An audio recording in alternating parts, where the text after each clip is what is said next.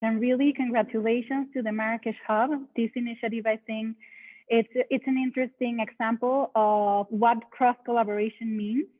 It doesn't matter right now during the pandemic that we are connected and that we are doing, many of us that we are privileged enough to have connection and to be able to work online. And these kind of initiatives are an example that there are no frontiers, that there are no barriers, that it doesn't matter if I'm in Mexico, it's 11 a.m. here, we have a time difference, we can always learn from each other, we can always connect. And most importantly, we can come together to discuss important issues such as the future of work. I'm gonna start sharing my screen so we can go through the presentation. Let me just do that. 1 second, meeting, start share. Here we go. Here. And let me see if I can also have the chat open so I can see your comments. Yes, I can. Great.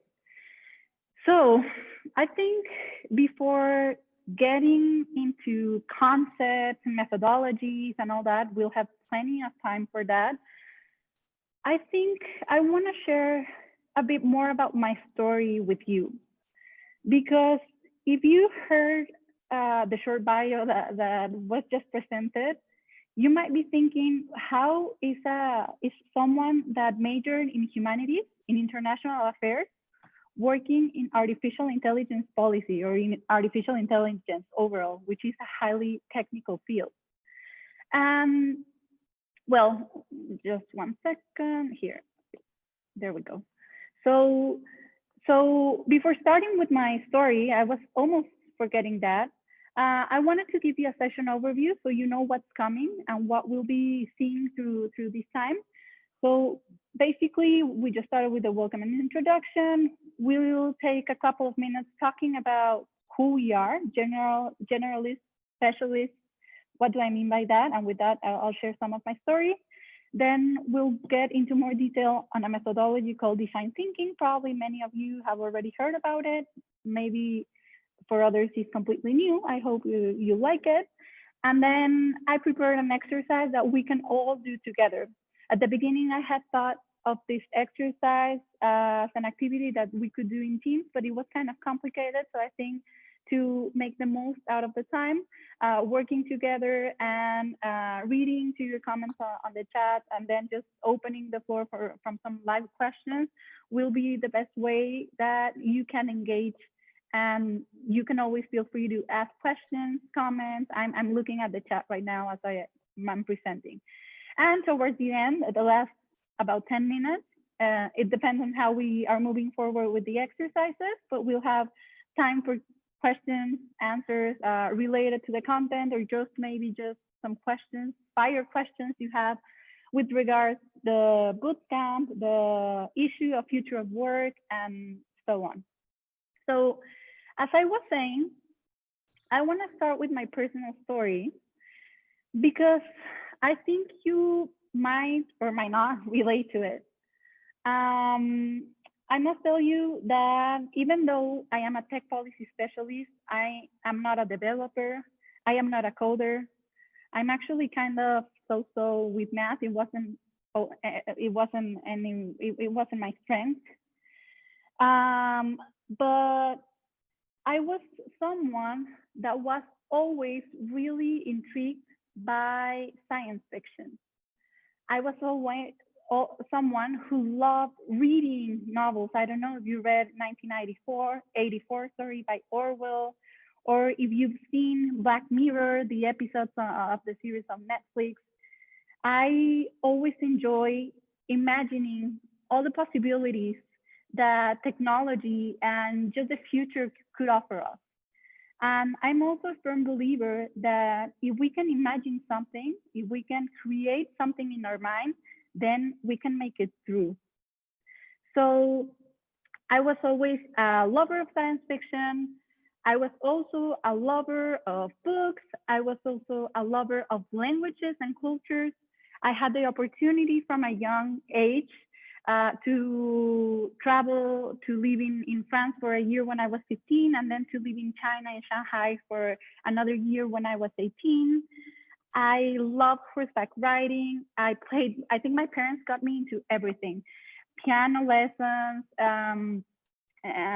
what else? Clarinet, drums. I love running. I am a black belt in Taekwondo, and I put there a disclaimer because I couldn't find a picture of me in one of the contests. So I just took one from online that looks pretty cool, but disclaimer, that's not me. Probably I look like that, or even better, who knows? Uh, and I had the opportunity to understanding all my interests and all the things I like to do. I had the opportunity to attend a couple of international events, one in the United Arab Emirates as a Mexican delegate, another one in Norway, Education Without Borders. And I started from a young age engaging in international conversations and just engaging in having friends and understanding cultures and just having this cross-cultural dialogue with people around the world. So you might think, well, how does a career path from someone in international affairs or like someone from international affairs goes to technology policy and artificial intelligence? And I have to tell you that my path has been really, really diverse. I've held many different jobs. And what's interesting is that when I was choosing what I wanted to study, maybe some of you are about to take that decision, or some others already did, some others are already working. When I was deciding, I was in between choosing medicine or international affairs. And everyone was like, Christy, you're crazy. Like, what does medicine have to do with international affairs? It's like a completely different field. And for a semester, well, for like 3 months, I took classes of both to see what I like better. And even though I'm still really interested in medicine, I went for international affairs because at the time it made more sense to me with my background on cultures and languages and that kind of formation. I felt more inclined towards understanding better how the world works. What's interesting is that when I started when I started studying my career, my school advisors, most of them told us what were our career paths, and they were very defined. It usually led to a career in diplomacy. And of course, for the entirety of my studies, I dreamt about working in the foreign service and becoming a diplomat. That was my top ideal. But during my studies as well, I was able to work and I was able to intern at different organizations with different themes. So I think that helped me give me a broader depth and a broader just context and perspective on things.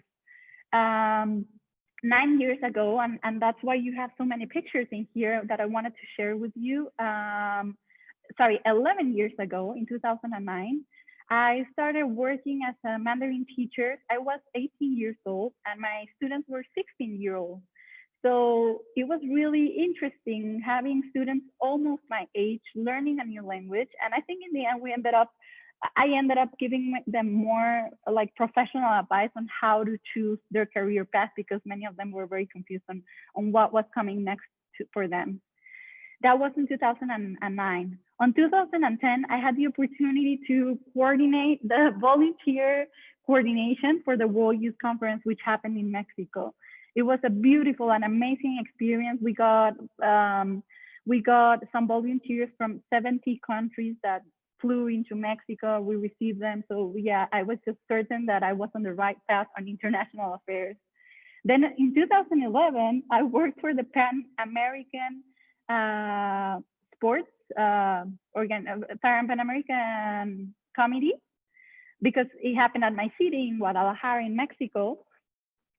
In that year, the games, and it was amazing because again, I was discovering that as an internationalist, as someone that was majoring in international affairs, I could work in the sports world and I could actually learn and just love the Olympic movement, which is all about collaboration. It's all about understanding. It's all about grit, passion, discipline. And I was responsible of two things mainly of being the liaison with government relations, but also with the International Olympic Committee. So it made complete sense for someone in international affairs. Then I moved forward. Like when I graduated, I worked in a public health organization. So from Chinese to youth to sports to public health. From that organization, I moved to my dream job, which was working at the Ministry of Foreign Affairs. And there, I think I had the coolest job because I was in charge of the gender and youth agenda. And imagine our foreign affairs office. Actually, it was called the Institute for Mexicans Abroad because our mandate within the Foreign Affairs Ministry was to provide assistance to Mexicans living mostly in the United States, but actually across the world. So there I had I had the opportunity to come up with very novel and pioneering initiatives. For instance, we organized, and this was back in 2013, the first binational street art festival. So basically what we did is we mapped and we invited binational artists, Mexican American artists, graffiti artists, to paint a mural around immigration. So here you can see the image, it says Barrio Roots, and you can see someone that is painting, so you can see the size of this mural. And it was an amazing initiative because it brought a community in Southeast Los Angeles together to just speak about what immigration means to them, what their homeland means, how do they live in the United States, and looking into the future, what are the values that are still shared between the two nations. Then during a summer, I had the opportunity, and I think I'm not really going in linear order because I'm not remembering them in like that. But during a summer, I worked at a restaurant as a cook. And actually, I think this was one of the most interesting jobs I've had because I had no idea how hard it is to work in a kitchen, how much discipline you need, how much understanding, how much grit, because you have to be standing on your feet for about 10 to 12 hours a day. You have to be listening commands from the chef and the sous chef. You have to be dealing with the waiters. There's always like this kind of tension between waiters and kitchen staff because of the tips. So I think this was also an amazing experience, which might not relate at all to my career, but this gave me a lot of elements and thinking on how a system as a kitchen works with a lot of discipline. Then, well, yeah, moving forward, I went for my master's degree. I won't get into much detail because I did a lot of, while I was studying my master's at Georgetown University, I got a scholarship to study there. I worked all the time, first at the Student Affairs Office, then at the Beck Center of Social Impact and Innovation, which was an amazing opportunity because I learned, that was the first time I learned from civic innovation and civic technology. As I said, I was already inclined and interested about science fiction, but I didn't really know there was a career and there was a movement, not really about operationalizing science fiction, but more about asking ourselves, how can we use technology for social good? How can we use our imagination and these things that we're reading novels and these technologies that we are proposing, but for the greater good and to bridge gaps and to bridge opportunity gaps, to bridge poverty, to tackle human rights abuse, and so on and so on. So I immediately fell in love with civic technology, and from there I started working in that path.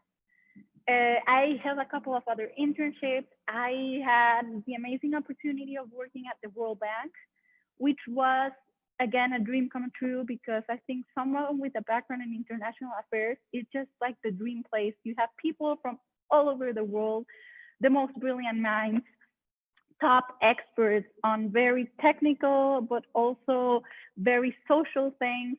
So that was actually a learning from me because I never really saw the World Bank as a place where I could work because, as I told you, I wasn't very good with math. And I thought, well, it's a bank, so probably it's, I don't know, a place for economists or a place for mathematicians or statisticians. I'm not good with that. But actually, I discovered it's not only a place for that. Of course, there are many brilliant economists. And if you're an economist, kudos, or if you're good with math, go for it. It's amazing. But what I also discovered is that that it is a place for people with different skills like people's management, project management, critical thinking, complex thinking. And I think into I fell a little bit more into that front. So with that being said, why am I sharing you all of this? I don't want to bore you, and by no means I want to brag about my experience. But why am I sharing you this? Right now, I'm currently on maternity leave, actually, but I am working with an organization, with an amazing organization that's called T-Minds. I think it's a 21st century organization, or we call ourselves like that. It's a young woman-led organization. We've been working remotely for the past 2 years. We've been working using digital open tools. We've been using these agile methodologies, collaborative processes, and so on. And we've actually done a lot of work on research, work, and initiatives on the present and future of work. And what I'm sharing you here is, well, a line. Basically, you can see it. And maybe this is what we hear from our grandparents or our parents even. They might tell us that their career paths were linear, that some of them, because we know, I don't want to generalize because maybe some of our parents had a lot of hardships and had different non-linear career paths. But I think there's like a common understanding on how before some people could get a job at a place and stay there for 20 years or 25 years or 30 years or 40 or I don't know, many, many years, and just have like this linear growth. A linear growth that was good enough for, I don't know, maybe buying a house, maybe buying a car, maybe sustaining a family and sending kids to school, but it was basically that, a linear path and a linear career. But as you may have seen with my own example, I think the present and future of work looks more like this. And this also relates to success. Actually, this image, I found it online, and it was about success. It says that success is not linear, that it's actually a more non-linear path. But I didn't want to frame it in terms of success, because success is very relative. Success might look like something for me, and it might look like something completely different from others. So I think right now, and what's interesting and what I think you might relate to my own story is that the figures say it. Our generation, or millennials, and probably there are already, I think the next one is centennials, right? Or Generation Z, I don't even know what are the names anymore. But our generations and newer generations are staying an average of 2 years in each job. So forget about staying 25 years in a company, 30 years, we're staying about 2 years. And we're looking for impact. We're looking for purpose. And we're looking for growth. So it's complicated because we want a bit of everything. We want to be fulfilled by what we do, and we also want to do well. So basically, we want to do well by doing good.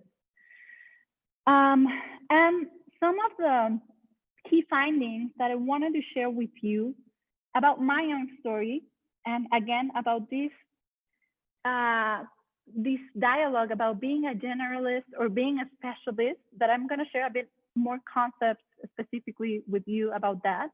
But what were my key findings on my own story is that, well, I have a lot of interest. I am a generalist, but I specialize in public policy. And I think public policy is a very transversal field, as well as international affairs. It's a very transversal field that can go and can fit into every conversation if it's more specific. Then I learned a lot with all these experiences that I had. I learned a lot about transdisciplinary thinking against working in silos. Something that happens a lot, and this happened to me when I was working in government, but it happens across all organizations, is that we work across departments, and it's very hard for departments, for teams, for ministries to come together, cooperate, collaborate, and share information. It's always a challenge. We're always creating our own initiatives and not necessarily connecting them with another ministries when we would be benefiting from bringing everything together, interconnecting our proposals, and just having a better user experience for when we're talking about public policy, of course, for people, for the users of our policies, instead of thinking just of our own departments and ourselves. So this is a huge, huge challenge. Another thing that I learned was the importance of connecting the dots. Even though I was, as I said, working in public health, gender, youth, immigration, US-Mexico affairs, sports, a kitchen, civic technology, and so on, I managed to learn very important core skills that will accompany you through your whole career path, which are communication, teamwork, problem solving, and very, very important, the role of trust. Building trust in anything that you do is key, is central for using, is central for building a reputation, for building credibility, and for being able to not only learn, but to implement whatever it is that you are proposing. As I said, I learned a lot about myself, about my purpose, about the impact I want to do in the world, and about the growth I'm aspiring. I think I'm ambitious. And you might also think, well, then, well, how do you do all that? Like, when do you do all that? And something that is important to bear in mind is that there are always trade-offs. There are always opportunity costs. So you, at least when you're thinking about what you want to do and where you want to go and where you see yourself, I think it's important to think about these trade-offs and to make peace with yourself for them. For example, for me, when I was studying my master's degree, I decided that I didn't really mind about having perfect notes. I didn't want like an A plus score. Of course, I wanted it, but I didn't really mind it having a B plus, because I also wanted a balance with my social life, and I wanted to engage in student organizations, and I wanted to see my friends and so on. So that's the kind of trade-off that I've been doing through all my life. And I think I'm at peace with them because I've enjoyed every single experience. And even when I haven't really loved the things I'm doing, you can draw learnings even from the things that are not that fun or where you didn't really find a lot of passion. And something that I also wanted to share with you with regards to present and future of work is that, as everything, there are always opportunities and challenges. And well, what are the opportunities with this new path that we're seeing here that looks nonlinear and messy? We have, and we're seeing it through the pandemic, some of us, we have remote flexible work, we have new vacancies and new professions coming up, like, like AI ethics officers, or or just like more openings on data scientists, and also more social roles on understanding how technical fields connect to social fields, like the work that I do. We have the gig economy with these apps that are helping us bring things to us during the pandemic. Some of us, or maybe just give a lot of youth work, like Uber Eats, Airbnb, Uber, and so on, providing job opportunities. The digital economy, e-commerce is opening a lot of new job, not only job positions, but also like in the value chain of the whole digital economy and the kind of things that you can do.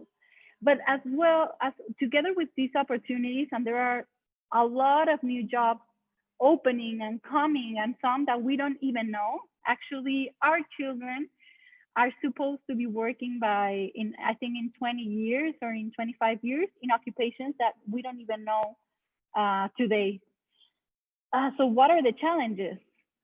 As we are connected online and we are always connected on our phones, we are struggling with keeping a balance between work and life. And I think, and I once read an article that was amazing, because it said, well, there's no such thing as a work-life balance. It's just work and it's just life, and you just gotta go with it. And I liked it, but I feel like I agree, because it's just life and it's just work and you just have to cope with it. But I also like, and now that I had a baby and then I'm on maternity leave, and I've had a lot of time to be with my family and to enjoy time for myself, I'm also thinking lately that it is very important to just don't go with the burnout. Just take some time for yourself. And yeah, I think it's very important to take some time off with your family, with your loved ones, and to take care about your mental health and about your overall health. And well, two other topics that are very important is social security. It's it's an issue I won't go into a lot of depth, because I think it varies from country to country. But social security is a massive issue in terms of the new jobs that are being created. And another debate that's ongoing right now is the resiliency, how to build resiliency, how to develop resiliency in face of job uncertainty. When we speak about automation and we speak about artificial intelligence, a lot of media talks about job loss. So how do we become resilient to endure that? And now, after going through my key findings, I wanted to share with you some relevant concepts. And these are explored and explained in much more detail in this book that's called Range. I have it here with me. I liked it a lot. I hope you enjoy it if you go read it, because I think it provides very interesting insights on what I was telling you about my own story, a story that some of you might relate, some of you might not. But it talks about this idea that many of our parents had, I think, or well, I think my parents were more inclined to the generalist version, but I think some other parents are more inclined to giving their daughters and sons a head start. Like, I want you to be really good at playing piano. So you start at age 3, and I hope you are Mozart by 11. So, of course, there are some musical prodigies. Of course, there are some sports prodigies. But what this book talks about is this idea of deliberate practice versus a sampling period. And there's evidence around the world of these kind of things. Deliberate practice and the 10,000 rule to expertise is this idea that the more time you focus on developing a skill, the better you will become. And the accumulated number of hours that you put into developing that skill is the only thing that you need to get even better. And of course, if you, I don't know, sample violinists or sample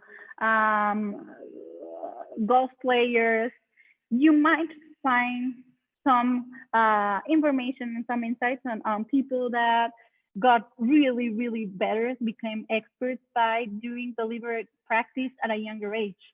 But the new thinking and the new proposal is that that knowledge or expertise doesn't only come from a single field.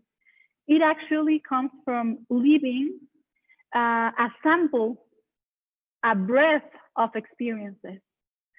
So with that comes analogical thinking, which is how can you connect from all those experiences? How can you connect the dots and think analogically between them? And what is that? For example, when we speak about artificial intelligence, usually what comes, a term that comes to the conversation is machine learning and neural networks. And how do we explain neural networks? We draw an analogy with biology, with how the human brain works, how it networks, how it connects. So it's this kind of complex thinking that when you have a problem in face of you, you won't necessarily be only looking at the problem from what it is, but you will actually think about some other unrelated stuff, like me with the kitchen or sports or public health, and think about what works under that scenario and if there are learnings that I can draw from those experiences to apply to this specific problem that I have in hand. We have the concept of inside view, groupthink versus outside view. This happens a lot, usually when you hang out with people that think like you. If you start a conversation, and for instance, of course, if I speak with my friends, and this is very personal, but if I speak with my friends about Trump, we all agree that we do not think he's a fit leader for the United States.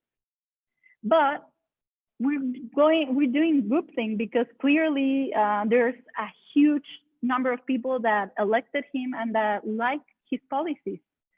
So this idea of bringing people from the outside view has to do a lot with the importance of diversity in teams. If we only have, and this is a conversation that we usually have in technology. Developers, or at least Silicon Valley, looks very white, looks very male, and looks very, I don't know, it has like this certain stereotype that we're trying to change. So what do we need to change the stereotype? We need more women. We need people from minorities. We just need to have more diversity so they can bring their breadth of experiences and the complex solutions that we are trying to find to specific problems are more informed about a lot of experiences and not just by single-minded group of people. And the last point that I really love and I think that is very, very important is to remember to be kind to yourself. Because sometimes, and I think this happened, and it has happened to me and probably has happened to you as well, is that we're always thinking like, oh my God, like look at this person. She's already leading a team. She's already leading Marrakesh Global Shapers Hub. She's already an amazing speaker of 5 languages. She's working here or there. She's working at the United Nations. And that makes us feel like we're falling behind. And maybe because we decided to try more things, we didn't really specialize in one, and we feel we're falling behind. But do not worry and be kind to yourself. And remember that you just only have to compare to yourself yesterday, to who you were yesterday, and see if you're moving forward and becoming a better version of yourself. So before getting into the details of design thinking, I think we're good with time. I just want to have 3 participation. So please raise your hands virtually here in Zoom, because I want you to try this exercise. And I want all of you to try them, of course, but I'm only gonna open the mic for 2 or 3 participation, depending on how long it takes. I hope they're kind of short, so we don't take a long time. But I want you to think about this. I want you to think of who you are as opposed as what you want to be. I want to know if you consider yourself a generalist or a specialist. I want to know very, very briefly, what are your strengths? What are your areas of opportunities? Doing like this reflections upon yourself. What do you like the most? What excites you?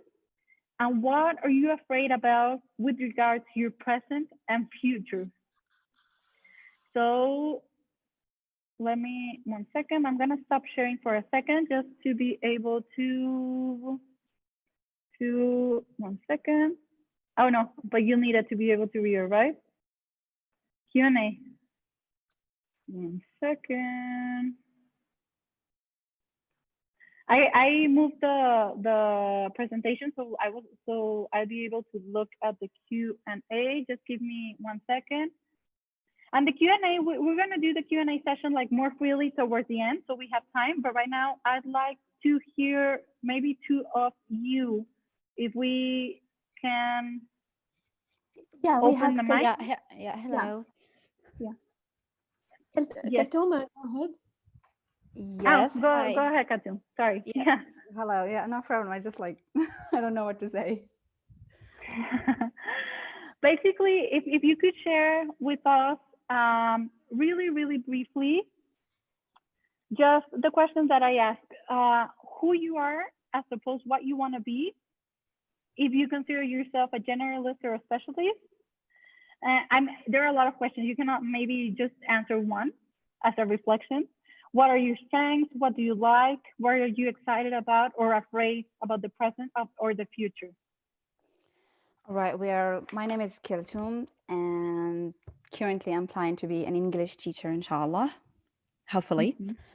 What I want to be, it's something that it's still vague for me. I like a lot of things. I like to do a lot of things. I want to get into different fields, different subjects, as you said.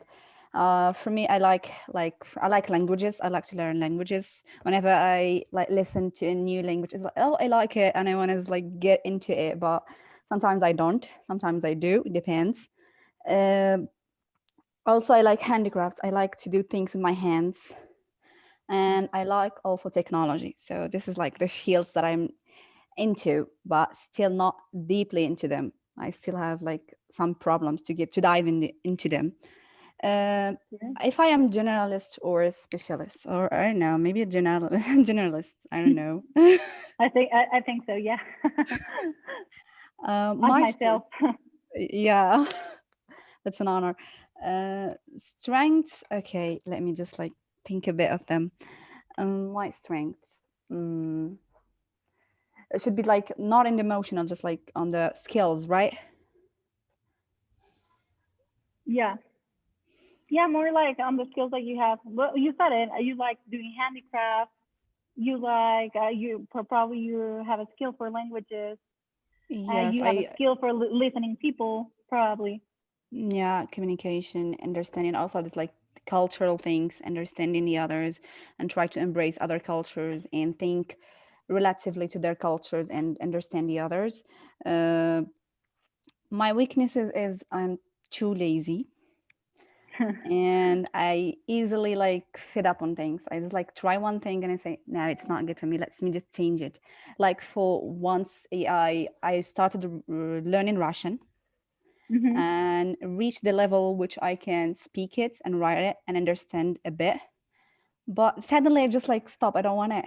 And I just change it. And I was like, I still now why I did it. Why I did that. I just like lost interest a lot. This is like my weakness. I just feel bored easily.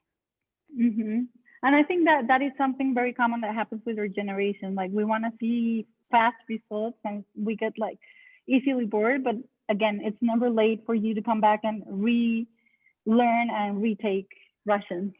Yeah. Yeah, and it happens also I mean, it's not maybe the same problem because at that time I started learning JavaScript and web development, but that problem Hmm. was about materials. I didn't have access to materials or tools to continue doing it, and that what I stopped. Though I just like jumped over the first stage, but I I stopped. Hmm. Now I am more into English and learning more about, educational strategies and theories.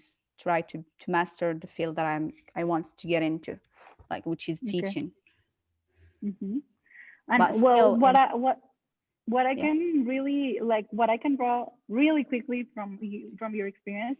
I know it wasn't, you didn't go into much detail, but I think you are resourceful, and I think resourcefulness is a very important skill because we might have a lot of interest, but being resourceful allows us to identify what we can get from the different learnings and how to use the tools that we have in hand to keep learning.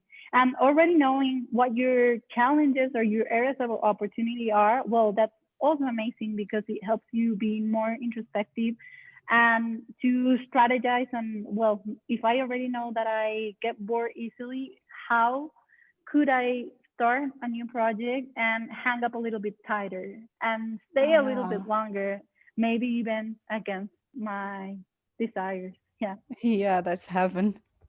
Yeah. Well, thank you very much, Kaltum. I'm going to take another quick participation and we'll Yeah, move forward with design thinking.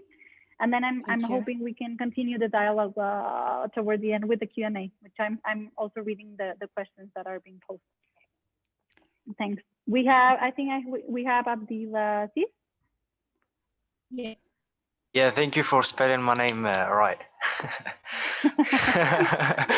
Yeah, my name is Abdelaziz, or Abdelaziz. First of all, I'd like to briefly thank you for your intervention. I think it's very interesting to discuss these kind of issues that, or I would call it challenges. So, in my position, I'm a 20-year-old guy that studies civil engineering. So my passions is always related to conception. Uh, I'm I'm a well elaborated mind. I have things that I hold right, and I'm straight to the point when it comes to projects, when it comes to ideas. I do have my own personal morals, but at the same time, I welcome others people's ideas. But I'm more of I'm more of a positive, critical guy. When I see an idea, I like to uh, elaborate on it. I like to bring the positive from it. Like even if someone's, let's say, is a negative thoughtful person, I could Hmm. change the way they think. So Yeah. if I want to say what do I aspire from myself or from the future self, is for me to be more clear in my decisions, in my communication skills. I think I do lack um, the um, capability of holding a good conversation, holding a thoughtful uh, process of thinking, how to Mm. be clear and more, um, yeah, more let's say understandable. Yeah. That's for the first question. I think the second question was, um, do you think you're generalized or, yeah, or special?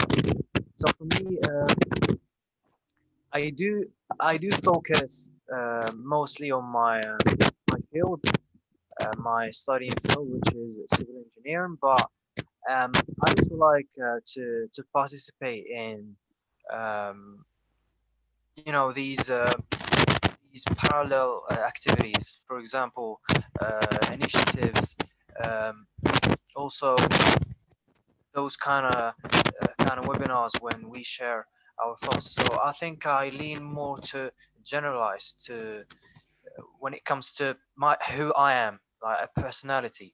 But in the professional world, I would like to master Specialized. something that because I'm still young. I'm 20 years old, so I can't say that I'm well specialized in my field. I'm still learning from it, and I would like to be a master of it. Then then in the process of learning, I also like to sneak on other fields, and because I do think that my field is connected to many subsidiaries and many other fields. So yeah, that's for the second question. I Definitely. can't really remember the other questions. So if yeah. Basically, it was basically that. But I want to reflect a little bit on what you were saying, because I think there are also learnings from the rest of your peers. Hmm. You're a major in civil engineering, and congratulations, because I know how complex it is. And I love your confidence. I love how you have a very good understanding of who you are and what are your strengths, and where are your areas of opportunities, which is um, maybe communications. And something funny that I discovered when, or I don't want to generalize because it can't apply to everyone, but I think the way we people think and structure our brains is very different for people in engineering or in social sciences or in businesses. I used to joke with my friends with more engineering thinking, because they were more squared, or my friends or relatives in studying law, because they I think tend to be more squared, like look for specific answers within very like squared frameworks. And then when I was doing my master's, I remember I took some classes from the School of Business, and my classmates were so different from my classmates of policy, because most of them were thinking about revenue, about minimum viable products, about pitches, about selling plans, marketing strategies. And I think going back to my field in public policy, we were always thinking about democracy, and we were thinking about solving public projects, and about doing public good, but with not a lot of knowledge of budgets and of projections and so on. So you find all this kind of spectrum of thinking, and it's good, and I think it's complementary. So I congratulate you on understanding that you want to become better in communications, because this is a critical skill across any kind of major that you do. And it's not only engineering, international affairs, medicine, everything is interconnected.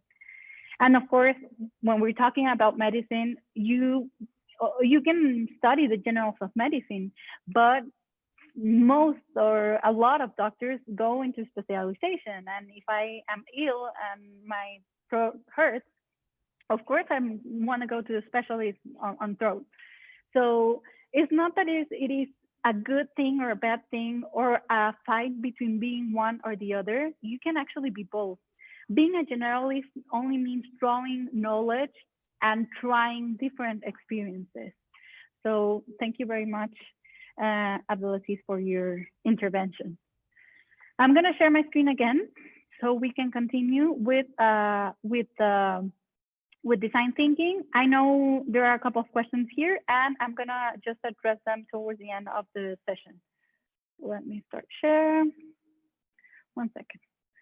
So I invite every one of you. We only had 2 participations, but I hope you're going to have the presentation. I'm assuming they're going to send it to you. So I hope you can do this exercise at home and discuss it with your friends, with the Shapers Hub at Marrakesh, or with your parents or friends.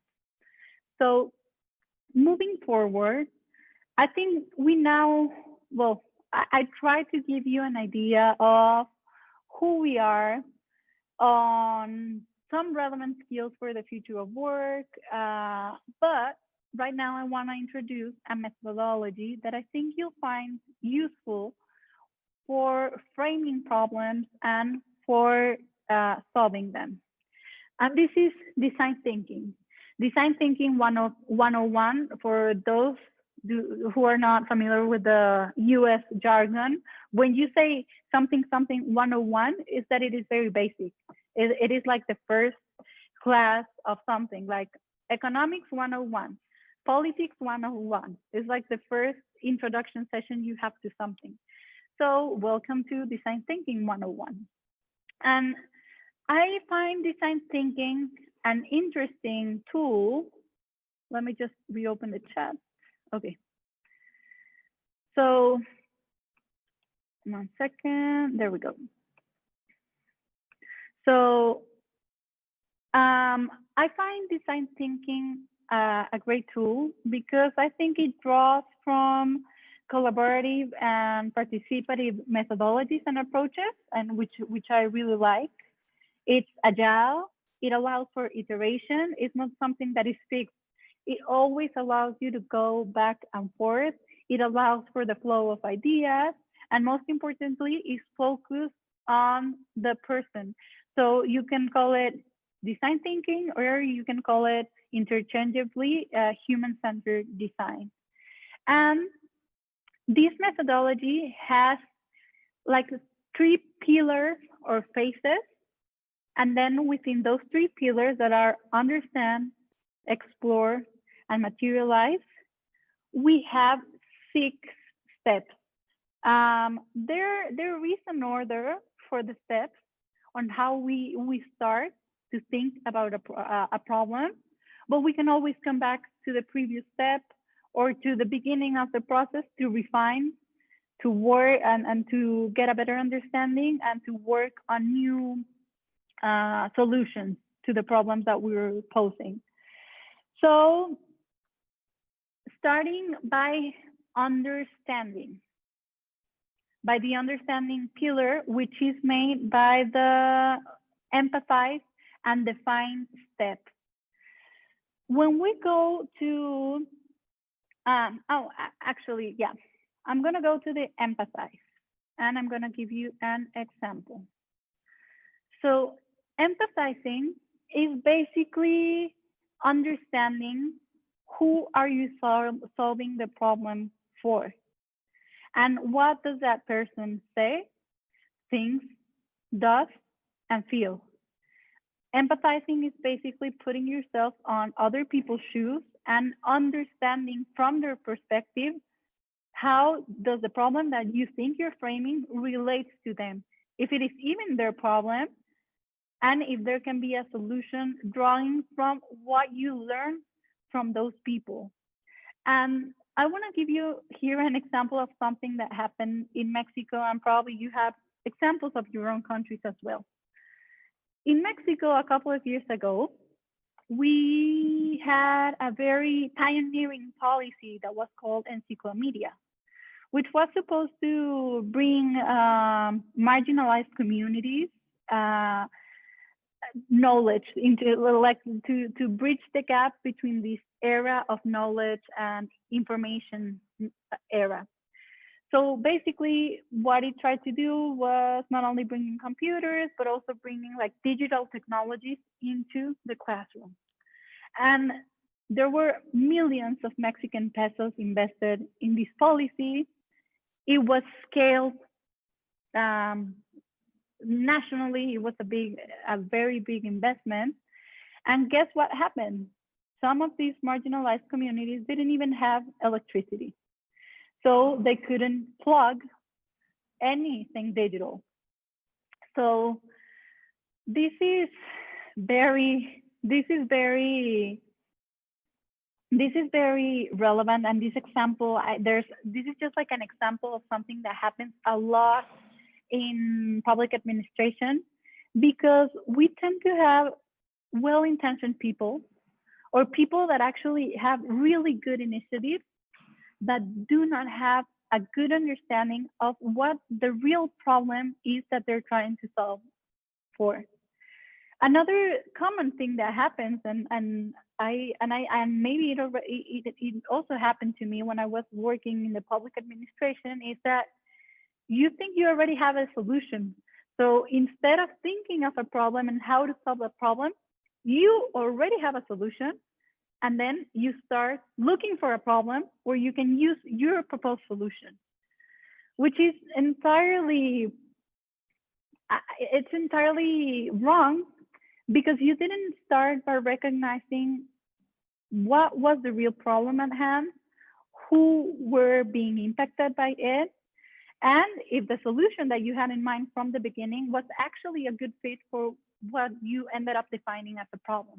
So it's not starting with the solution, but actually starting with understanding, and very important, with listening. So empathizing is mostly about that.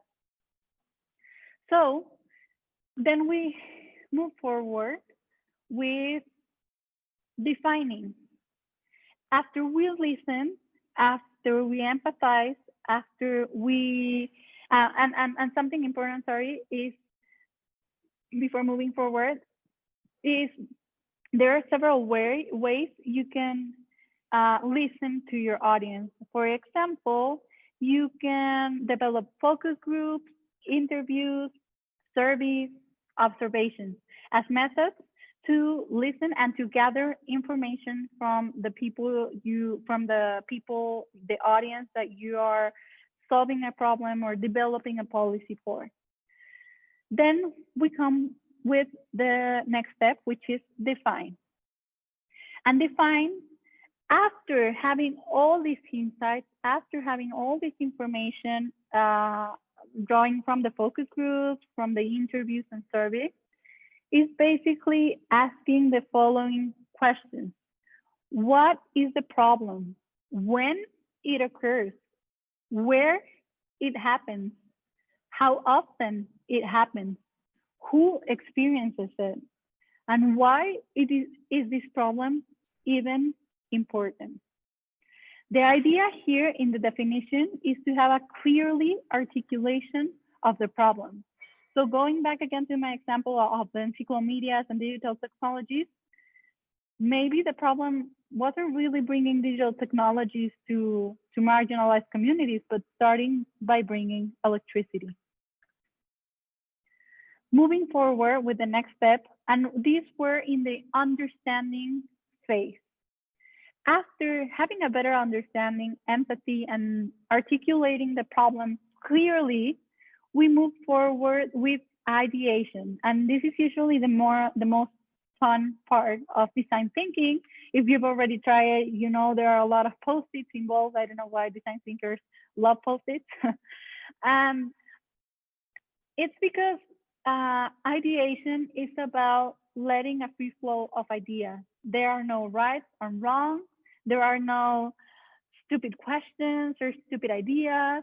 There's no judgment. The idea here is to listen to everyone, to draw from a diverse group, from a diverse experience, and to start coming up with potential solutions. It is an exploration phase. And what are the possible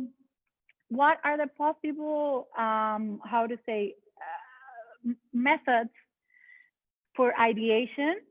There are different techniques. We can use brainstorming, like here with the post-its. We can use role playing. We can assign roles. If we're talking, for example, of an organization and there's a problem within that organization, we can give the role of the CEO, the CTO, the user, maybe the government, if it's a problem related to government regulation. We have another technique, which is mind mapping, which is actually the World Economic Forum and the Global Shapers use mind mapping a lot. I love it. It's when you're trying to map ideas and doing like these flow charts, and you combine them with drawings, which is also similar to storyboarding, which is storyboarding has much more images and it's much more sequential, but it's also about displaying your ideas in a different way, in a very visual way. And so here we have ideation, which I said it's usually the more fun part of the process. Next step, again, in this exploration phase is prototyping. So in the last step, we came with a lot of ideas. And of course, there can be 100 ideas and we cannot execute all of them. So we start doing a prioritization of which ideas we think are more feasible or are more relevant for the problem that we're trying to solve. And prototype, when we hear and learn about prototype from a business point of view, it's more about building a minimum viable product. But I think you can also prototype from a perspective, from a social sciences perspective. And it doesn't necessarily have to be something that you can mold with your hands. It can also come in a form of a rough draft. A prototype is basically that, a rough draft. And it's basically how do you represent your ideas? So all the ideas you have, how are you going to present them as a solution? Very important, we're again in the exploration phase. When we move forward into the final phase, which is materializing, first you understood, then you explored, and now you're materializing your own solutions. It's really, really important to test in closed and controlled environments, whatever you're trying to do. And here, what I'm sharing with you is an example of something that happened, I think, back in 2016 with Microsoft. They were very excited about launching a bot. They named the bot Ty. It was supposed to be like a fun teenager, a woman that would be just like interacting with users on Twitter and learning from them. It was a bot that used machine learning and draw from the information from the users, from their experiences, and she was supposed to get smarter and better and interact with people in the net. The thing with Ty, and again, a girl, I think we can go into a whole different conversations on why chatbots or personal assistants are women, but that's another story. So here, what happened with Ty was that it didn't even lasted 24 hours live because it was a tremendous disaster. When what their creators didn't account for is that when they launched Ty and they let it out there in Twitter learning, users would be trying to teach her like very racist, offensive, and hateful speech. And given that it was using machine learning and it was learning from the interactions, Ty learned the worst things. So within hours, it went from being a nice teenager that started like, hello world, with saying that Hitler was the best leader in the world, that the Holocaust never existed, that Mexico and the United States should build a wall. So all the incorrect things are the things with things that are outrageous. Many of us believe are outrageous. Ty started perpetrating that. And why do I share this example? Because it comes down to the testing part of it. Their developers didn't test Ty in a closed environment, or maybe they did it in a closed environment, and when they opened it, they didn't imagine it would have the response and that their own bot would become so racist, so offensive, and so mean. So here we come back to the importance of testing a solution. If we're talking about a business, testing, sampling who our users and who our public is going to be. If we're talking about a policy, testing, sampling in closed environments where there are not a lot of unintended consequences can happen, as opposed to what happened with these massive policy that happened that I told you about of encyclopedia that was a scale, and it was just a waste of money because it wasn't tested, because there wasn't an empathy, there wasn't a problem definition, there wasn't a clearly articulation of the solution, there wasn't a testing phase and then an implementation and then scaling phase, which would have been the whole policy cycle. Probably what happened was just a good idea of someone that say, hey, I love this program, I love how this could change the classroom, but they don't really think throughout the whole process. And the final step of the materializing phase is to implement. When you look for design thinking, for information on design thinking, you might find that some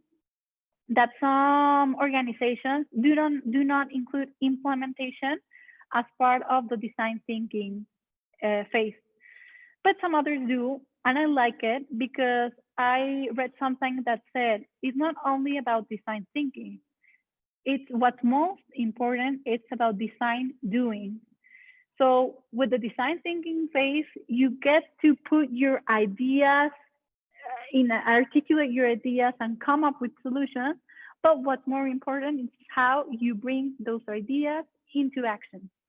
And in my own experience, implementation is where everything usually goes bad. It's the most hard step because we have all these great ideas. We already talked to people, we sampled, we did everything right. But then when we try to implement, nothing goes the way we thought. And why does this happen? It's just because in the end, we're talking about human-centered design. And we humans are complicated. And there's always unintended consequences that we're trying to control for, but that will eventually show.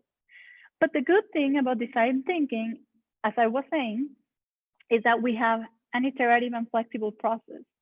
So if in our implementation phase, we realize that our solution is not working, we can always go back and back and back to the previous step or even to the beginning, and we can go back to redefine the problem, and we can go back to looking for a solution. So basically, in a nutshell, this is the methodology. It has the three phases: understand, explore, and materializes, and it has the 6 steps: empathize, define, ideate, prototype, test, and implement. And now what we're gonna see is how good we are by using the methodology ourselves. I think we're gonna go really quick through the exercise so we have enough time for the Q&A. So here I have a case, a scenario that I included in the presentation about the future of work. You've been participating in this amazing bootcamp. This is already a 9th session. You're almost done. And I think at the core of this bootcamp, what you're trying to do is develop skills for the future of work. And the future of work, I think, might look, as I was saying before, both challenging and with a lot of opportunities. But here, what I did was I found in an article a couple of data, of figures on how many organizations are saying that automation specifically might impact the future of work. So first, on a positive note, we know that artificial intelligence is gonna add 15.7 trillion to the global economy by 2030. So it sounds like a lot, but just to give it a context, it's the GDP of India and China, the current GDP of India and China combined. So that GDP is gonna be added by 2030 because of the use of artificial intelligence. But then we have this whole conversation on how automation is gonna impact the job market. There are a lot of figures, numbers, some very negative, some way more positive, and I put here some of them. For example, in 2013, some Oxford academics said that 47% of American jobs, this was specifically in the US, were at high risk of automation by 2030. And there are more data points like this, like McKinsey Global Institute, who believes, let's see, between 40 million and 160 million women worldwide may need to transition between occupations by 2030 into higher skilled roles. Clerical work done by secretaries, schedulers, and bookkeepers is an area susceptible by automation, and 70% of these jobs are held by women. Then Oxford Economics says up to 20 million manufacturing jobs worldwide will be lost to robots by 2030. So I started with the negative ones, but the positive ones are coming. No worries. So again, McKinsey Global Institute. This is very focused on U.S. counties again, but I think it's an interesting insight because here they gave some insights on rural areas, and they say rural areas were more at risk of being displaced than in contrast with urban areas which have higher educational attainment. And in the positive takes, the World Economic Forum believes that even though there will be a job displacement of 75 million jobs, there will also be job creation of 130 million new jobs by 2022. So here the key, and probably you've already explored these kind of issues in the different workshops that you've taken, is, am I prepared? Do I have the right skills for these 133 new million jobs that are coming? Then again, 2 million net job creations by 2025, and McKinsey Global Institute, worldwide with sufficient economic growth, innovation, and investment, there's gonna be enough job creation to offset the impact of automation. And there's a link to the article that you'll have. Why did I give you all this information? Because I want to do a quick exercise with you.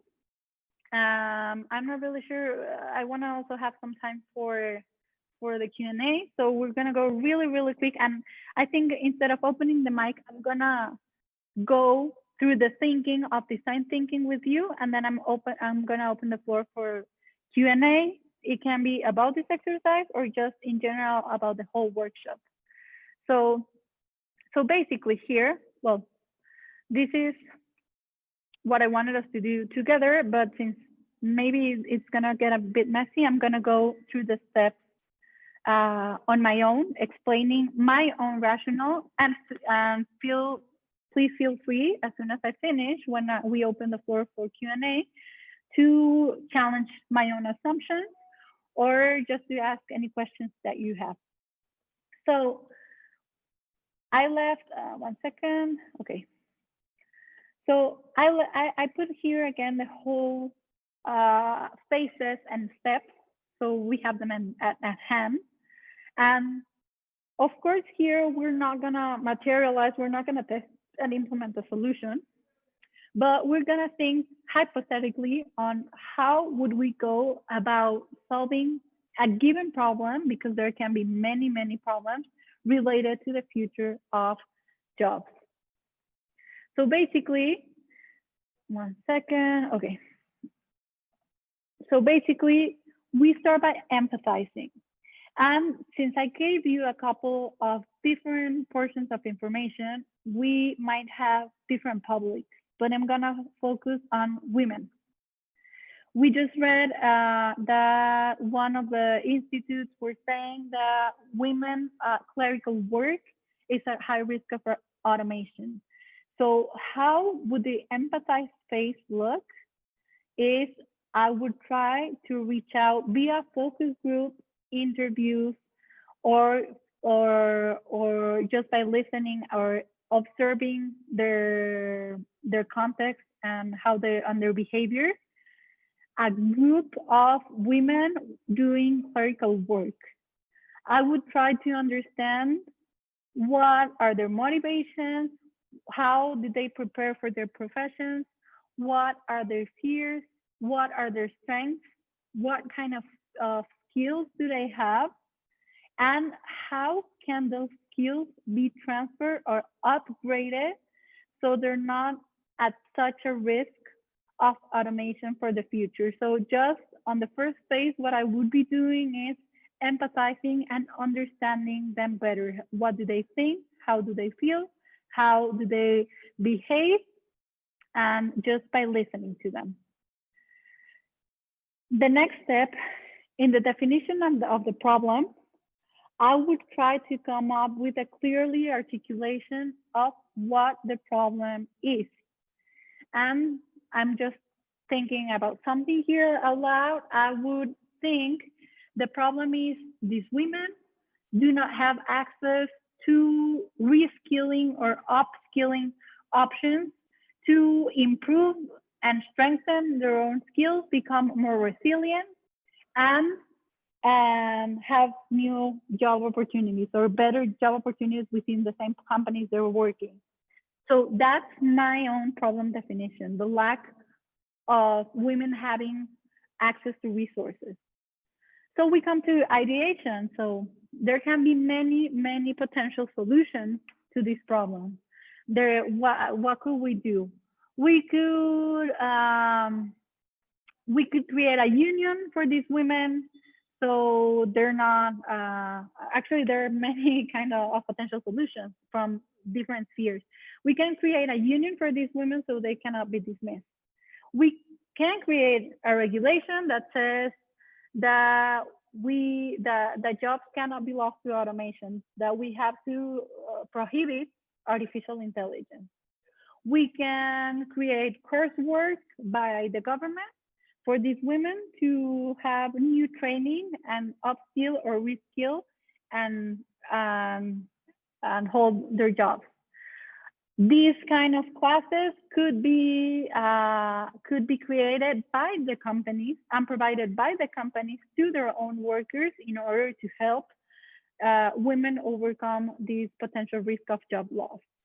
Or, and I think I'm going to go for this option, there could be a private-public partnership where both the government and the company work together into developing a specific course or class where they target women and they provide them with new skills, such as the ones that you've been reviewing in this boot camp, core skills, so they're at a lower risk of losing their job.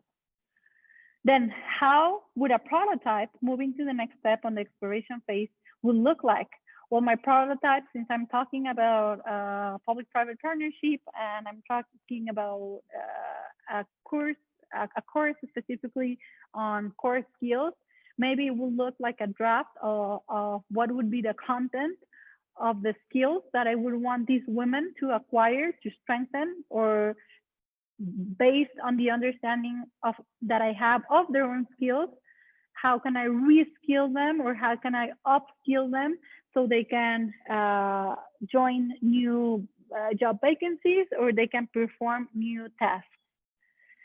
And then in the materializing section of it, of course, tests, I would come back to the same women that I spoke to in the beginning, and I would try and I would do this experiment with them to see how do they respond to the training, if they actually put the new skills or their strengthened skills to use, and if it helps them become more productive, have a better salary, or retain their job. And if it didn't work, then I have to come back and try other options. But I'm hoping that it will work and that it will be a great success. So if my solution is successful and I tested it already, then I'm gonna go again, small pilots to try to scale it and to try to see what are the results, because there might be, because maybe my group of women I work with, they're good and my solution work with them, but probably it doesn't work in another region because of cultural context and cultural differences. So again, we have to start with small pilots and then incrementally scale these options. So basically, this is the whole design thinking process in a nutshell.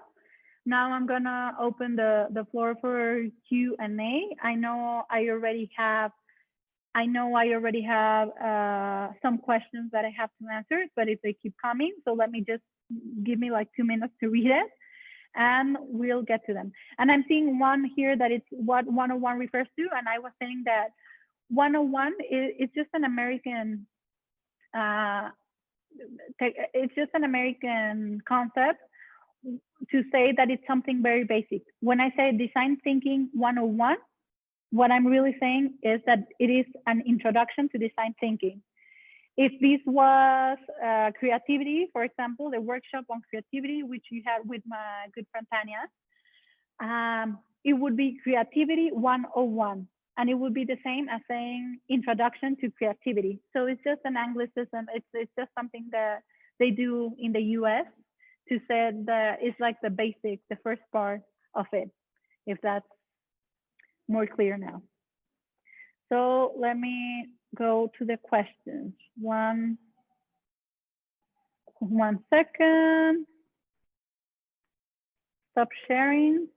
Oh, I wanted to share you this. 1 second. I wanted to give you my.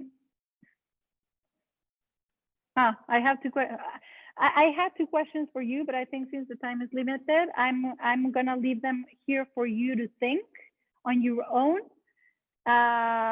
Did design thinking help you understand better how to frame a problem? And then also for your own reflection, how do you feel about the future of work?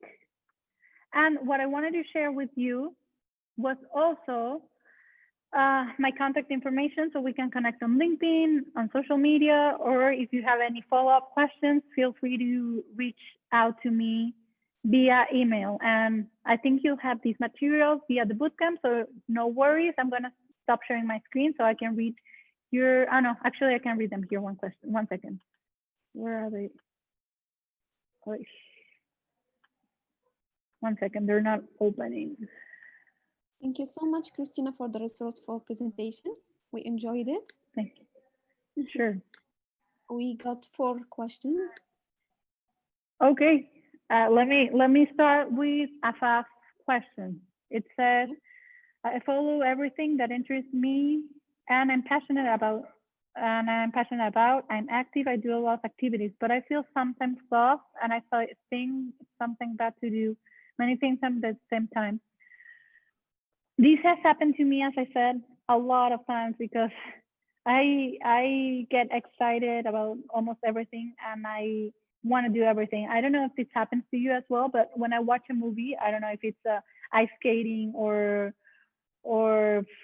sports or anything, I feel like I can do it myself. Like I right away want to get into that sport and become that person in the film. So, well, this is something very close to me. I don't think it's a bad thing to do. I think it's a good thing to have several interests. What I think it's better, or the way I put everything together, is that I try to find these thought connections. So how does everything that I like kind of relate? And how does everything that I like help me strengthen my overall skills for